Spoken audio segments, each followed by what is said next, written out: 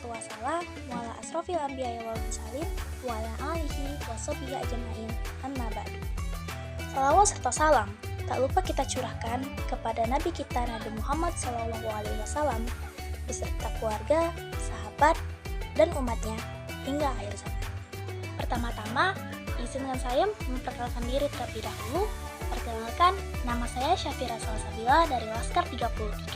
Di sini, saya akan menyampaikan kultum bertema menggapai ridho Allah. Hadirin sekalian, setiap manusia pasti ingin hidup bahagia. Tapi kebahagiaan sesungguhnya bukan diukur dari harta, jabatan, atau pujian manusia, melainkan dari ridho Allah. Jika Allah ridho, hidup kita akan penuh keberkahan, hati kita tenang, dan akhir hidup kita pun insya Allah dalam kebaikan. Lalu, bagaimana cara meraih ridho Allah itu? Pertama, luruskan niat dalam setiap perbuatan. Jangan sampai amal kita sia-sia hanya karena ingin dipuji manusia. Lakukan semuanya hanya karena Allah. Kedua, taat kepada Allah dan menjauhi larangannya. Tidak ada jalan lain untuk mendapatkan ridho Allah selain menjalankan perintahnya dan menjauhi maksiat. Kalaupun kita hilaf, segera bertaubat karena Allah Maha Pengampun. Ketiga, berbuat baik kepada sesama. Jangan hanya fokus pada ibadah pribadi, tapi juga jadilah orang bermanfaat bagi orang lain. Rasulullah SAW pernah bersabda, sebaik-baik manusia adalah yang paling bermanfaat bagi manusia lainnya. Keempat, bersabar dalam ujian. Hidup ini penuh cobaan, tapi jika kita sabar dan tetap berpesan kebaik kepada Allah, insya Allah ada hikmah dan kebaikan di baliknya. Yang kelima, memperbanyak zikir dan doa.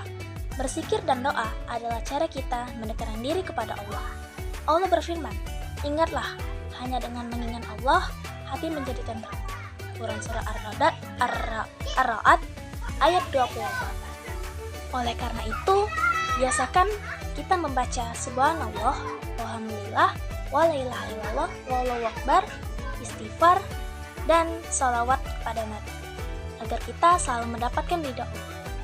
Yang keenam, yaitu berbakti kepada orang tua. Ridho Allah juga bergantung pada ridho orang tua. Jika ingin mendapat ridho Allah, kita harus berbakti kepada orang tua.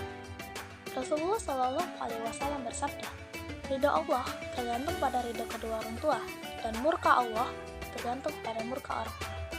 Hadis riwayat Tirmizi. Jangan sampai kita menyakiti hati orang tua, sebab doa mereka sangat berpengaruh dalam hidup kita. Yang ketujuh, yaitu jangan dengki dan iri hati. Iri hati hanya akan membuat kita sulit bahagia. Jika kita selalu membandingkan hidup kita dengan orang lain, kita tidak pernah merasa cukup. Daripada iri melihat keberhasilan orang lain, lebih baik menjadikannya sebagai motivasi untuk berusaha lebih baik.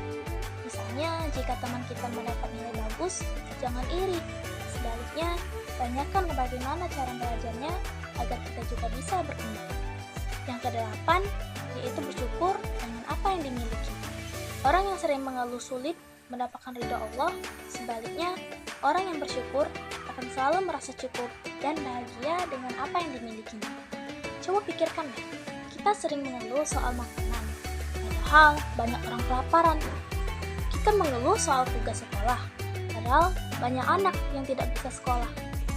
Untuk mulai sekarang, biasakan untuk berkata Alhamdulillah dalam setiap keadaan, karena semakin kita bersyukur, semakin banyak nikmat yang akan Allah berikan. Yang kesembilan, yaitu gunakan waktu dengan baik. Hidup ini singkat, dan kita tidak tahu kapan ajal menjemput. Maka dari itu, jangan habiskan waktu untuk hal yang sia-sia ya. Bukan berarti kita tidak boleh bermain atau bersantai, tapi pastikan keseimbangan antara hiburan dan ibadah. Misalnya, main game boleh, tapi jangan sampai lupa sholat dan belajar. Bermain media sosial juga boleh, tapi jangan sampai habis waktu berjam-jam tanpa manfaat. Hargai waktu kita, karena setiap detik yang berlalu tidak akan bisa diulang lagi. Yang ke-10, yaitu berbanyak doa dan minta ampun kepada Allah. Sebagai manusia, kita pasti pernah berbuat salah kan? Oleh karena itu, jangan lupa untuk selalu berdoa dan meminta ampun kepada Allah. Doa tidak harus selalu panjang, atau dalam bahasa Arab, Doa bisa sederhana, ya Allah, bimbing aku agar bisa menjadi pribadi yang lebih baik. Ya Allah, berikan aku kemudahan dalam menghadapi ujian ini. Allah Maha Pengampun, jadi jangan ragu untuk meminta ampun dan bimbingannya setiap saat. Hadirin yang dirahmati Allah, menggapai ridho Allah bukanlah sesuatu yang instan, tetapi juga bukan sesuatu yang mustahil. Dengan niat yang tulus, sikap yang baik, ibadah yang terjaga, serta hati yang bersyukur dan sabar, insya Allah kita akan mendapatkan ridho Allah dan hidup kita menjadi lebih berkah.